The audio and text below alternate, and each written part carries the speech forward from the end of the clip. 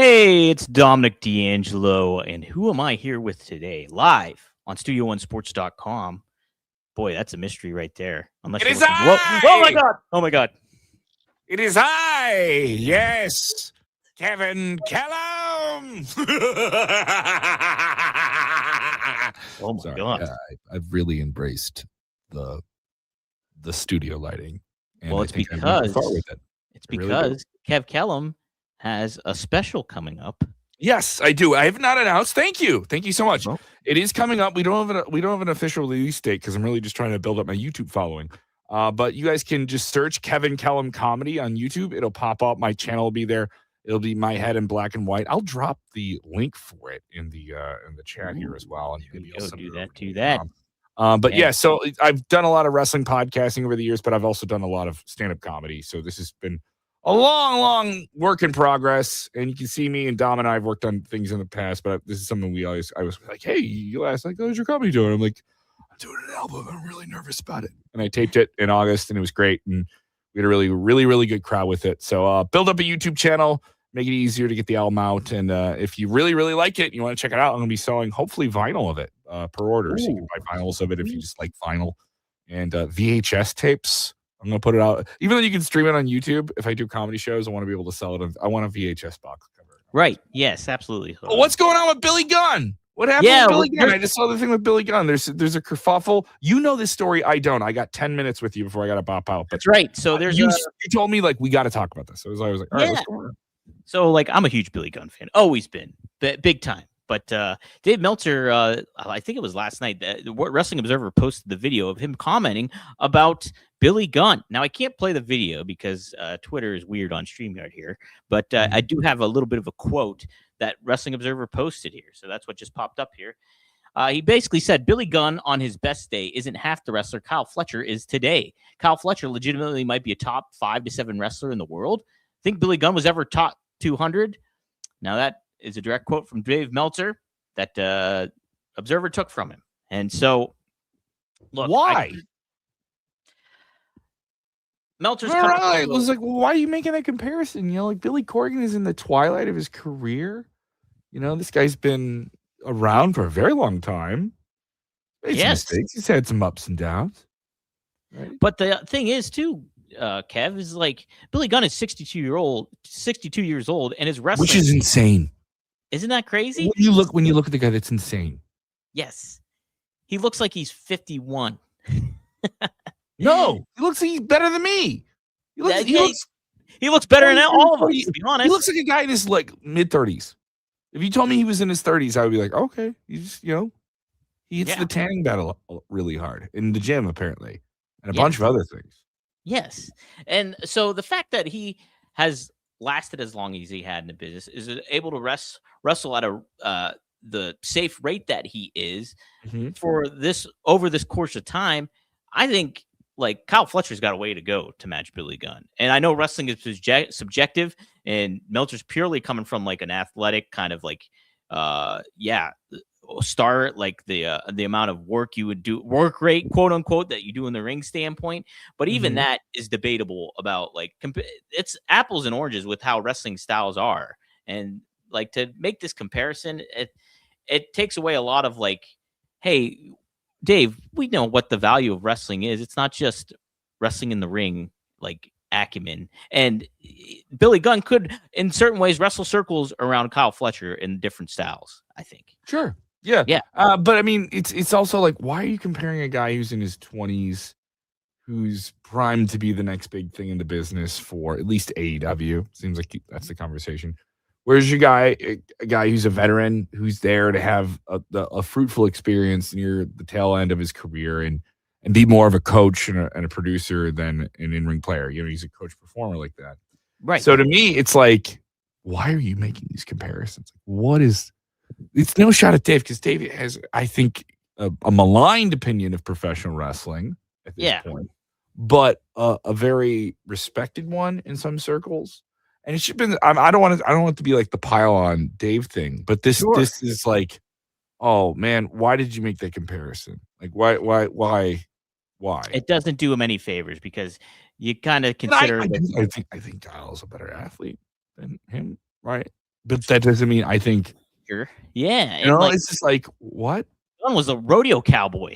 Like, how much more of an athlete do you got to be to? I don't know. that's That's a all. redundant thing you said, rodeo cowboy. Yeah, he's a rodeo cowboy, man. I'm a radio disc jockey. See how much athleticism comes in that? Kev? None. None of it? Sitting, talking, being a smartass, being properly caffeinated. I'm coming to you from the studios of Q101 right now. Hey, in Chi-Town, baby. Yeah, using the side studio right now. In that windy city. But yeah, I just, to kind of make that comparison, it doesn't do Dave any favors because he's got this reputation for being an AEW camp.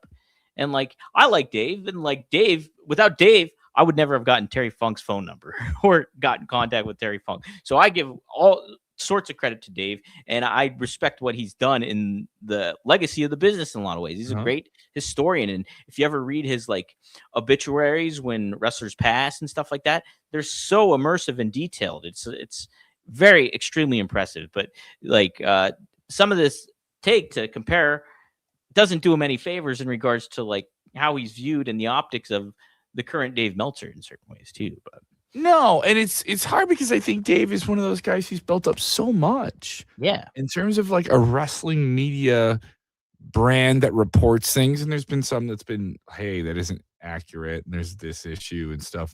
I'm just talking about the sheer effort of what he's done. Like going back to the 80s. Like this is before people had the internet. He was putting out a newsletter. And it was like his own published magazine. He was writing for major newspapers and major publications and on the beat and covered a lot of things. And he became the guy that you went to in the business if you wanted to rat somebody out, like, and you wanted to put some stuff. And everybody, I don't think I'm talking out of turn, but there was a lot of guys who would do that.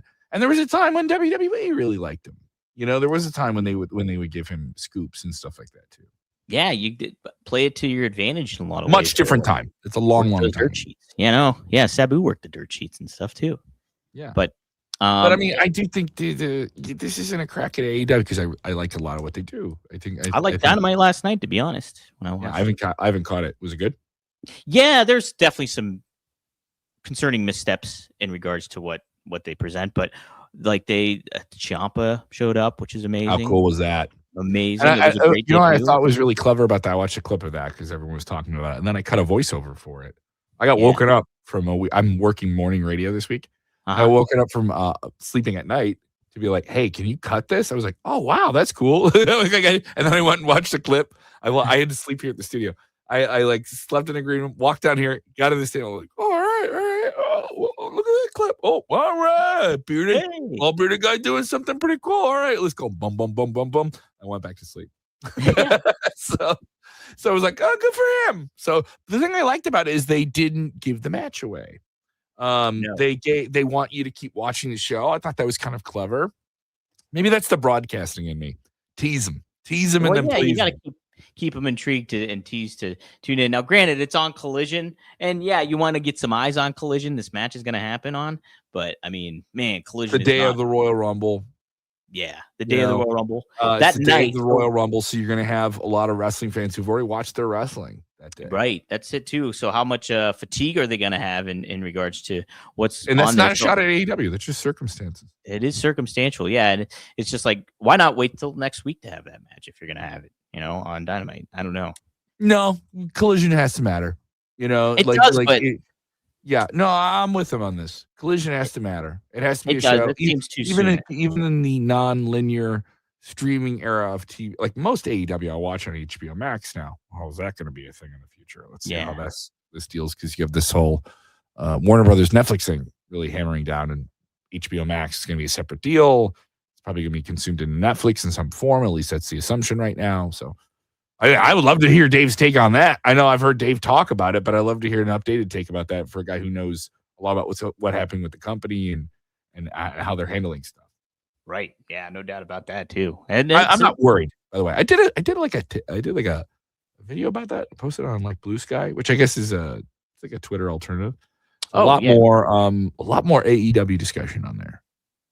I believe it. Yeah, I believe it. And I got roasted for it because at the time We didn't know exactly what was going on. So when I posted, and then like within 3 hours later, like everyone's like, no, you make it seem like they're gonna. I'm not. Also, they're gonna be fine. You'll be fine. You know, if Stuff will pan out. they just maintain their rating, they're gonna be fine. Yeah. Here's the thing to worry: you gonna get more money, or you gonna get the same money? A lot of people come back with these media rights. Oh, you always have to inflate the rate has to get higher and higher and higher. I didn't mean to change the subject here. I got to hop out here in a minute. Yeah, you got great, great. You know, go watch it. Pablo Torre finds out. Great in-depth sports journalism podcast conversation he has with Chuck Klosterman. He's a great writer. He talks about this book, Football. He talks about how football cannot keep exponentially growing. It is the number one consumed form of entertainment maybe out of America. Is football, American football, and not even just sport, entertainment. And so you look at that number, you're like, it cannot continue to grow. So even if you think of a much smaller scale, I don't think WWE can do it either. At some point, you just have to be like, we'll take this amount of money and we'll find another way to make money. So the media rights, the number one thing you do, if it doesn't get bigger, is that bad? Who knows? And is that circumstantial? I leave you with a question. I don't have an answer. Yes. All right. But thank you so much, Dom. I appreciate it. I'm looking forward to what you're doing with Rumor and Innuendo. Thank you, sir. Thank you. Plug your show one more time coming up. And your YouTube channel. So check out what I'm doing on Sportskeeda Wrestling. We just dropped our big prediction video for everything going on with Royal Rumble. And I have some interesting takes on how they could do something different with AJ Styles that maybe isn't there on the surface. So definitely go check that out, Sportskeeda Wrestling. Go check out my YouTube channel, Kevin Callum Comedy. I have some shorts, some wrestling things, no long-form videos, but I'm going to try and do some long-form stuff. And my comedy special will come out there. And I'll tell you about where you can see me doing stand-up comedy. I'll be in Chicago tonight in the suburbs, Lombard at Noon Whistle Brewing. And then tomorrow night, I'm going to be at Lennon's in Naperville. So follow me on the apps. Goodbye. Yes, love you, Dom. You, Kev. Good luck. Ball Have a ball, good one, baby. man, brother. Bald is beautiful, buddy. See you, buddy. Yes, Bye. indeed. All right. So thank you, Kev Kellum. Good to have him around. And good to be here around. Yes, live, studio1sports.com. I did want to dive a little bit more into Billy Gunn, too. Shout out to Dylan. Algorithm brought me here. I love wrestling since I was a kid growing up in the Attitude Era. Let me get a Mount Rushmore of the Attitude Era, in your opinion. The Attitude Era, okay. So we're going specifically WWE, obviously, since it's Attitude Era. So Austin, obviously, he's up there. I think you have to have McMahon on it as well. I would go with The Rock. And that last one's tough.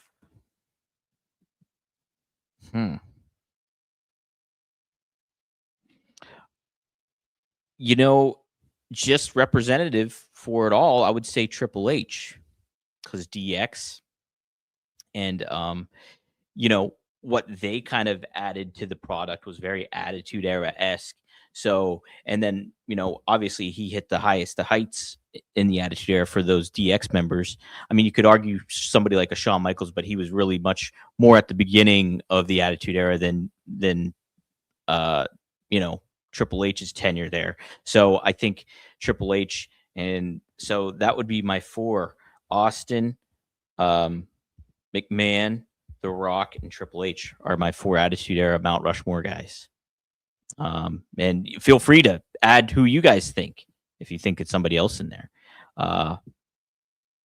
So my, yeah, thank you, Dylan. Yes. Vince, I think kind of has to be up there, you know? But yeah, I mean, like if you're going my Attitude Era, it's my Mount Rushmore Attitude Era people are different, than what the convention probably would be. So my attitude, I mean, people that hooked me in the Attitude Era, like I loved Austin. I love Austin more now than I did when I was in the Attitude Era. So it have to be Rock on there for me. This is my personal. So do not take this in any kind of Ken Shamrock. He was another one for me. Gosh, probably Mankind. So Mick Foley. And then Billy Gunn. That's right. Who we're talking about today. I absolutely loved Billy Gunn so much. And like I liked him very much more. Oh, you know what? I'm going to remove Mick Foley and I got to put my boy Kurt Angle. Yes. So my final Mount Rushmore. is The Rock, Ken Shamrock, Kurt Angle, and Billy Gunn. How about that? I never really thought about that, my personal Attitude Era Mount Rushmore, but there it is for you. I was a huge Billy Gunn mark.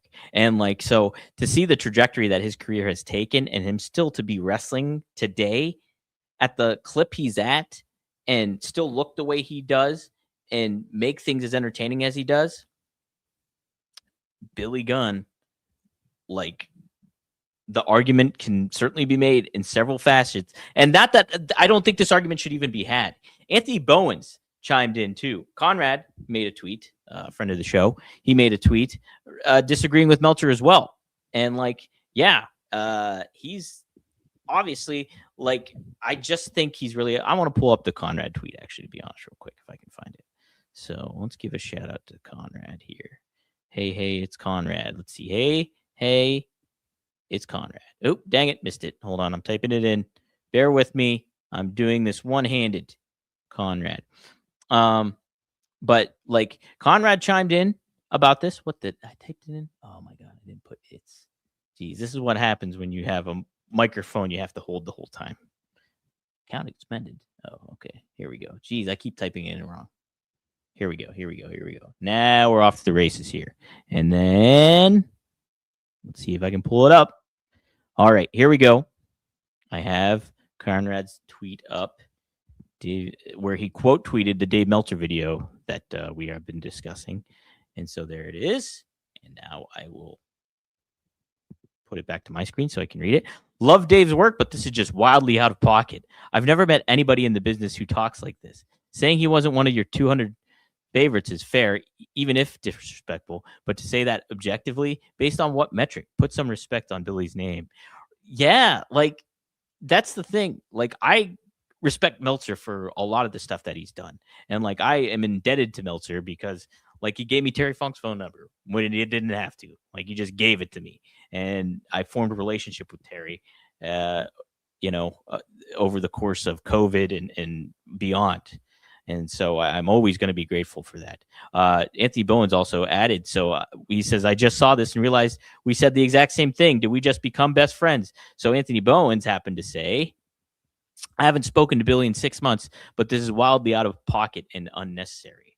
It is like, it just doesn't do Dave any favors. It really doesn't. Like, so like, he's got this reputation of being in AEW camp and everything. And like, I think he's very invested in AEW, and that's the kind of wrestling that he really likes is, that athleticism. And like, I think it kind of, helps that they're like the younger up and coming stars in the business, there's that aspect of it all. And so, I think he knows some of these wrestlers on somewhat of a personal level. Maybe he has, I don't want to speak for him or anything like that, but I'm sure he's got some bias like we all do. Like, I have bias too. Like I love Road Dogg. Me and Road Dogg have a relationship.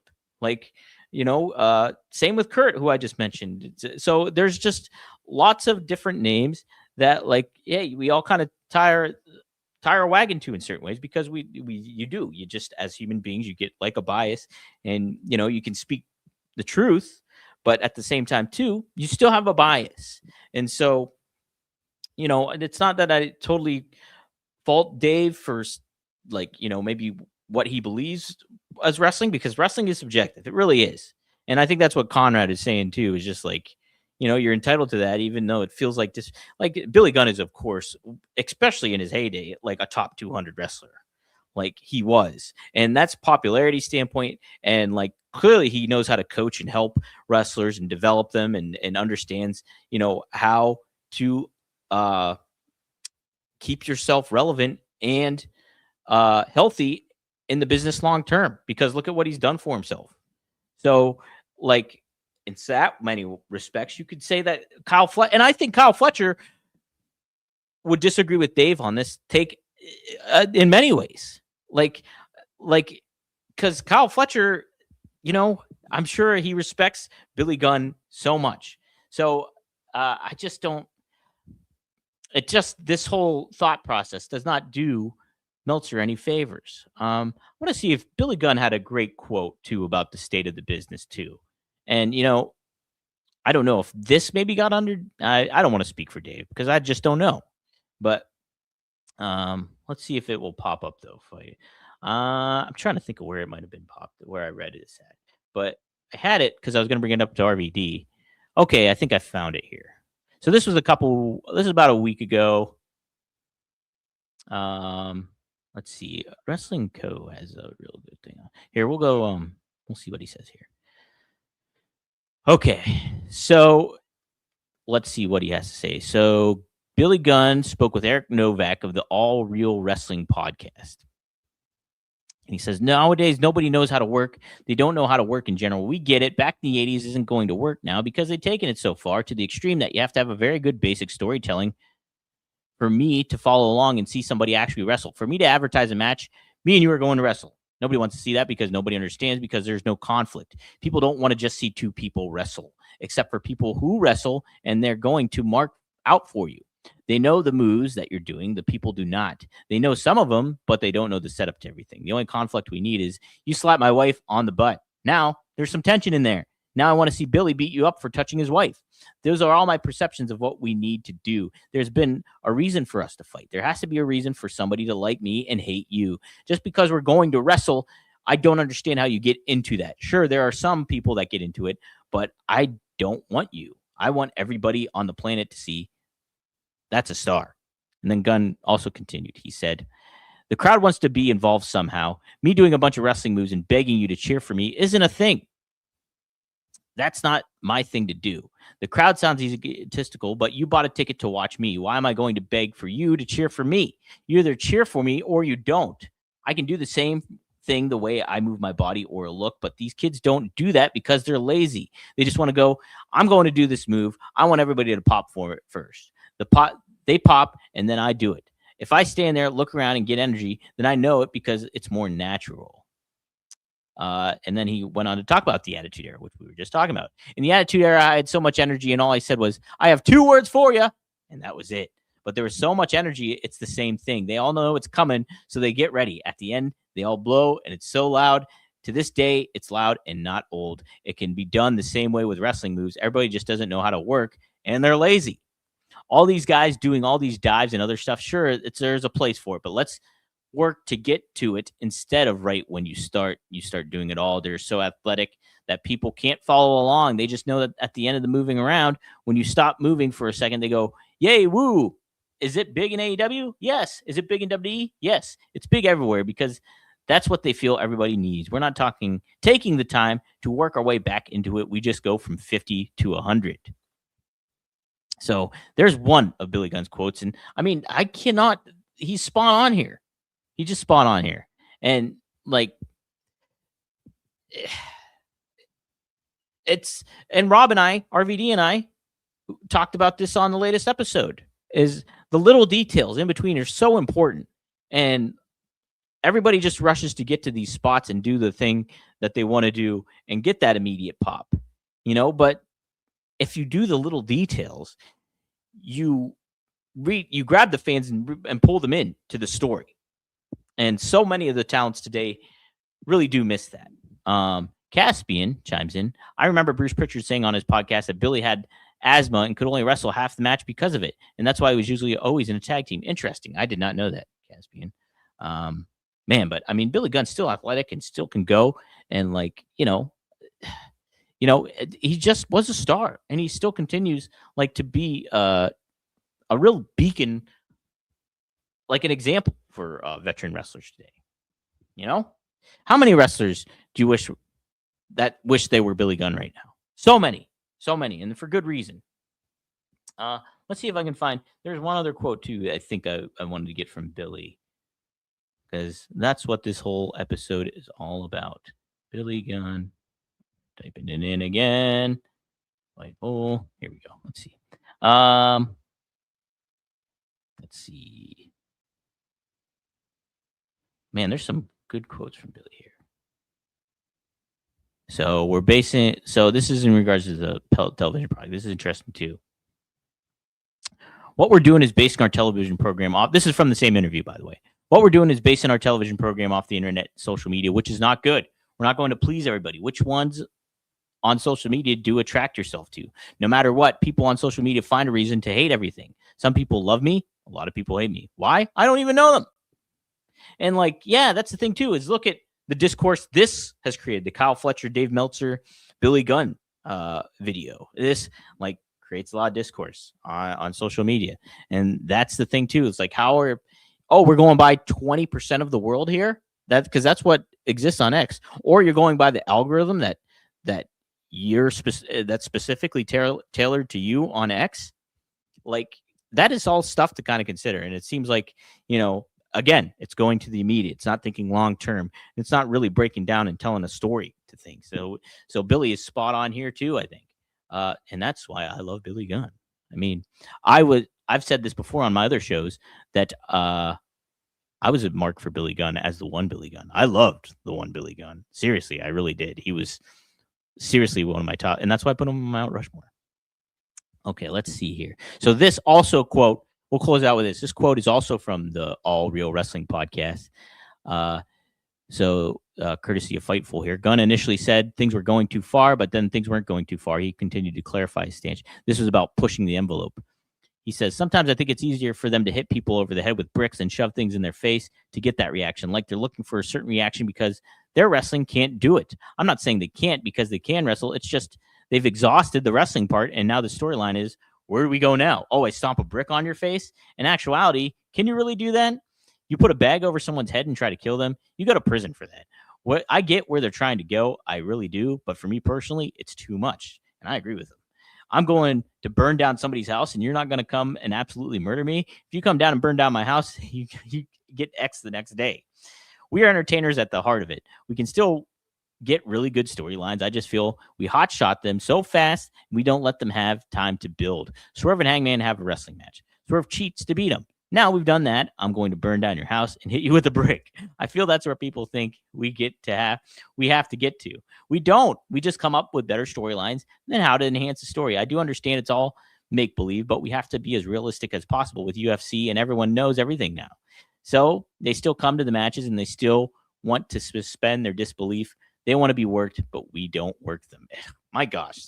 And that's the quote of a veteran that knows what he's doing, knows what he's talking about, has been there and done that, Man, I love Billy Gunn. I really do. Shout out to Billy.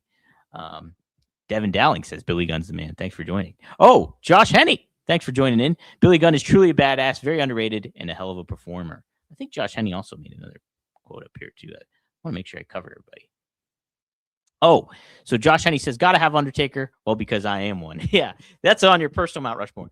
If I was just being completely objective, I would not put Undertaker on my Attitude Era Mount Rushmore. And is that a hot take? Is that a Dave Meltzer kind of take? Just because Undertaker was very early 90s WWE, and then he became, the new generation, which I think he was very established at that point too. And then he really, really hit his stride kind of after the Attitude Era, because he was this legendary veteran that was still around and, was still having these epic matches with Shawn Michaels and Triple H. So, I think his time kind of came a little after. So, could you put him on? Absolutely, you could put him on the Attitude Era Mount Rushmore, But I think, if you look at the context of Attitude Era and what it meant, I think it's The Rock, I think it's Austin, it's Vince McMahon, Mr. McMahon, and Triple H, because he represents all of DX. And then you kind of factor in the trajectory that Triple H's career went through during the Attitude Era. He went to the corporation and all that kind of stuff too.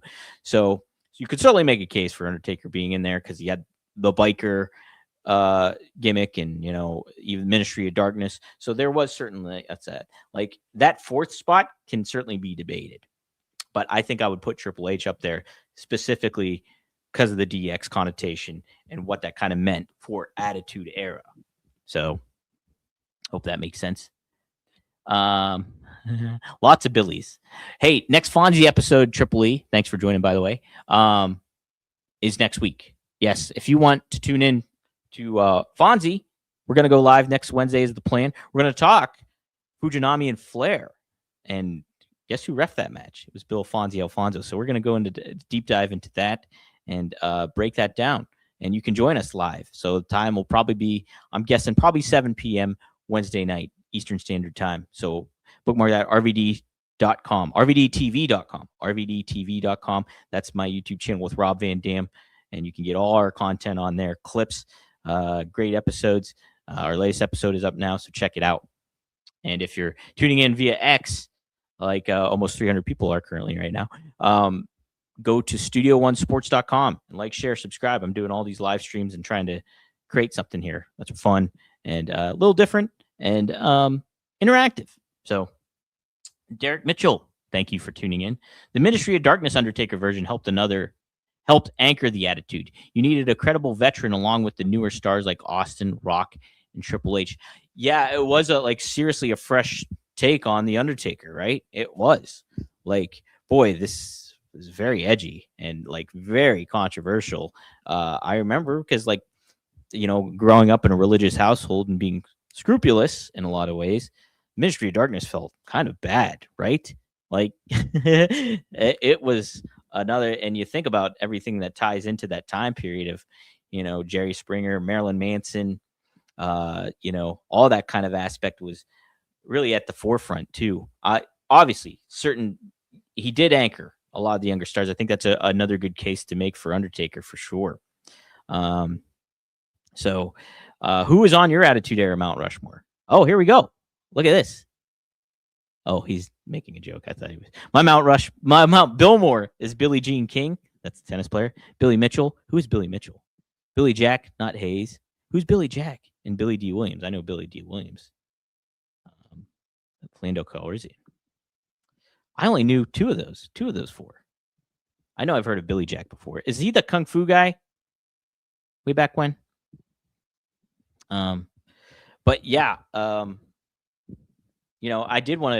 thought this topic really motivated me because I love Billy Gunn so much, and to hear him kind of get trashed by Meltzer, I'm just like, no way, man. Billy Gunn needs the respect and gives the respect he is.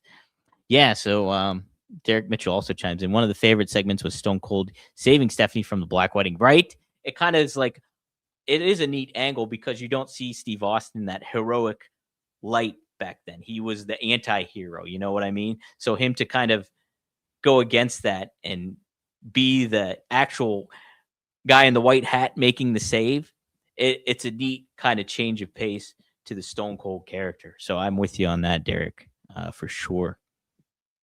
All right. That's kind of all I wanted to do. Like I said, if you like what you're seeing, go to studio1sports.com, like this video, comment on it after the fact if you want, and then also just subscribe. It'd help out a lot. Studio1sports.com. And then check out RVD. Every Monday we've been going live recently, but go to rvdtv.com and like and subscribe to that channel because it's such a fun show. Rob and I have a great time doing it, and Rob's a busy man by being a new daddy. So good to hear all that stuff. But thank you all for tuning in from Devin Dowling. Oh, here we go. Real quick. Derek Mitchell gives his Mount Rushmore. My Attitude Era Mount Rushmore is Stone Cold, The Rock, Undertaker, and Mr. McMahon. So, yeah, that's a good one. Honorable mention, Mick Foley and DX. Yes. That's a good one. Yeah, like I said, that fourth spot is pretty interchangeable. And those are the other two that I would put in there as interchangeable, Mick Foley and DX, because they really added something to the Attitude Era. Okay, and then Caspian gives a little context to Billy Mitchell was the first guy to score a perfect game playing Pac-Man. Oh, okay. Yes. So Billy Jack, that's who Rob Van Dam likes a lot, is Billy Jack. That's how, yeah, he kind of got intrigued by the Kung Fu aspect with Billy Jack. So, yeah. Okay, thank you for the Billy Mitchell. Who would be my Mount Billmore? Got to go Bill Burr, because he's my favorite comedian. Billy Gunn. Boy, there's some tough Bills out there, huh?